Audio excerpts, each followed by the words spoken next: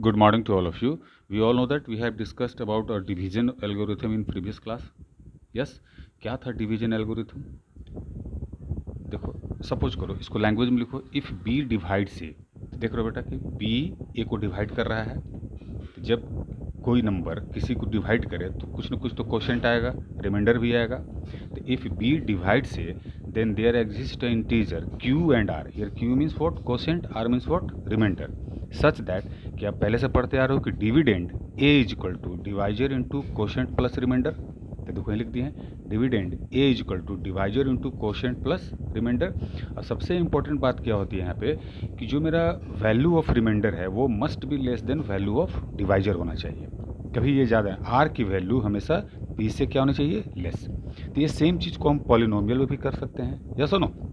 जैसे देखो if g x, तो क्या यहाँ पे if g x divides f x, तो क्वोशेंट क्या आएगा? क्यू एक्स, रिमाइंडर क्या आएगा? R x. यही ना आएगा, या आर आएगा, या तो रिमाइंडर भी एक्स में आएगा या रिमाइंडर जीरो आएगा। तो यहाँ भी वही चीज़ लिख देंगे, dividend is equal to divisor into quotient plus remainder. That means f x is equal to g x into q x plus r x. तो यहाँ पे आर एक्स का मतलब क्या है? ये पॉलिनोमियल है।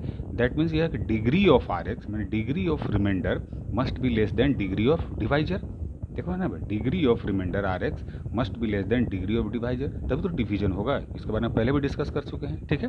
चलिए इस पर आज कुछ क्वेश्चन करते हैं कि how to find quotient and remainder by using division algorithm.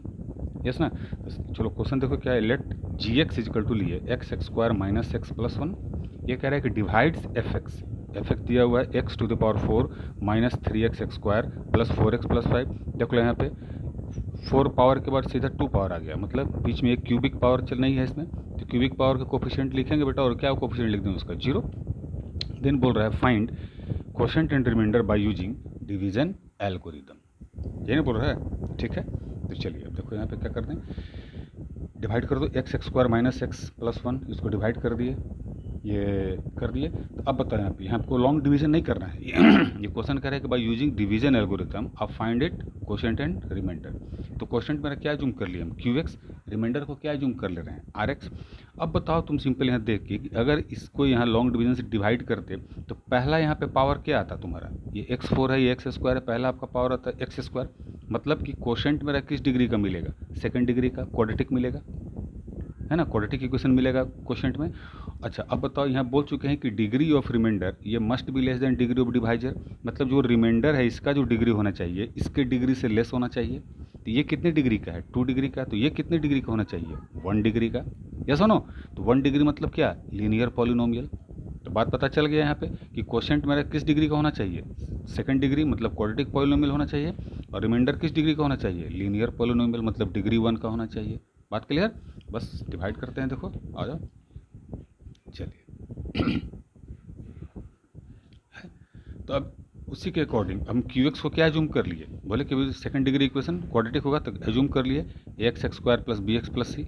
और रिमाइंडर को क्या एज्यूम करेंगे? लीनियर पॉलिनोमियल है तो डी एक्स प्लस ई, क्योंकि देखो यहाँ ए बी सी ले चुके थे तो सी के बाद क्या आएगा? D x plus e. Clear?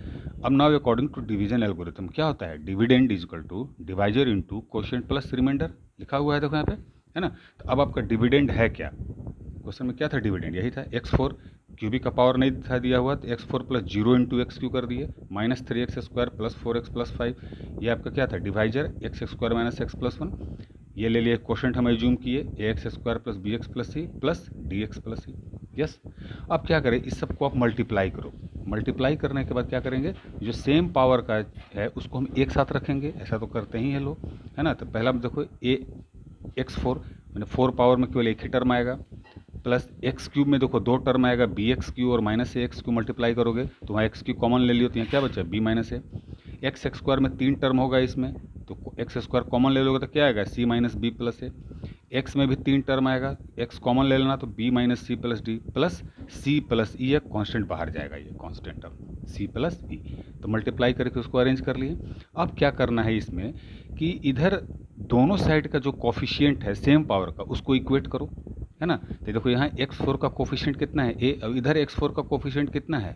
1। तो हम दोनों को इक्वेट कर देते हैं, simple, equate the coefficient of same power of x from both side. Start करते हैं, चलो ठीक है। तो पहले कोफिशिएंट ऑफ x4 का इक्वेट करो, इधर x4 का पावर ये कोफिशिएंट क्या है a, इधर x4 का क्या है 1, तो a इजकल टू क्या मिला हमको 1, तो a की वैल्यू मिल ना गई, a की वैल्यू हमको मिल गई, हाँ या ना। a की मतलब क्या, देखो जैसे क्वेश्चन है ना यहाँ पे ax स्क्वायर, तो a का वैल्यू हमको मिल गया 1। उसी तरह b का फाइंड करेंगे, ठीक है। अब देखो इधर RHS में x क्यूब का कोफिशिएंट क्या है b माइनस ए, और LHS में क्या है 0, तो लिख दो b minus a equal to 0, तब a की वैल्यू क्या है 1, b माइनस 1 इजकल टू 0, यानी b की वैल्यू भी क्या आएगी आपकी 1। क्लियर।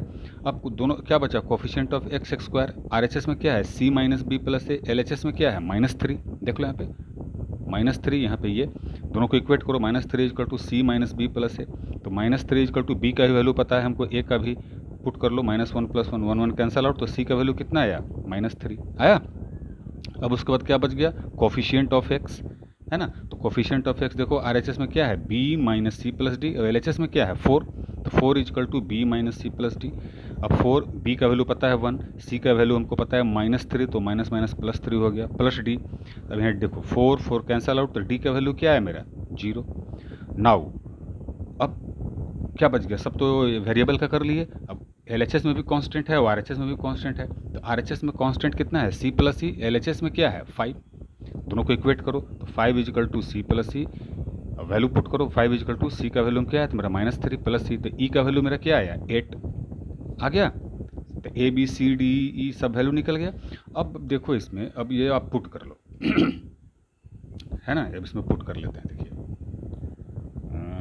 यहाँ देखो QX क्या जूम किए थे हम, AX square plus BX plus c, तब A की वैल्यू 1 आई, B की 1 आई, C की -3 आई, पुट कर लीजिए, तो ये मेरा क्वेश्चन निकल गया। अब लॉन्ग डिवीजन भी करते तो यही क्वेश्चन आता है। RX का वैल्यू देखो DX प्लस C, अब यहाँ पे D का वैल्यू क्या है 0 आया था, E का वैल्यू 8, तो रिमाइंडर क्या है तुम्हारा 8 आ गया, तो दोनों चीज़ निकल गया।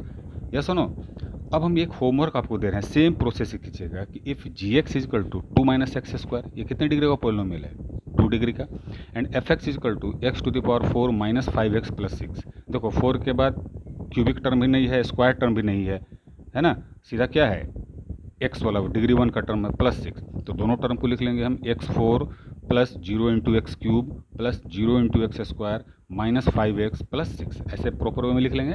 बोल रहा है then find gx and QX and RX, तो सिंपल वही लॉजिक है, इसको इससे डिवाइड करो QX। अब मान लो तुम इसको लॉन्ग डिवीजन करते तो यहाँ पहला पावर क्या आता है एक्स स्क्वायर का, तो QX कितने डिग्री का हो गया, क्वाड्रेटिक पॉलिनोमियल सेकंड डिग्री का होगा, तो QX को क्या जूम कर लेंगे हम, same AX square plus BX plus C, ये ना जूम करेंगे, यस।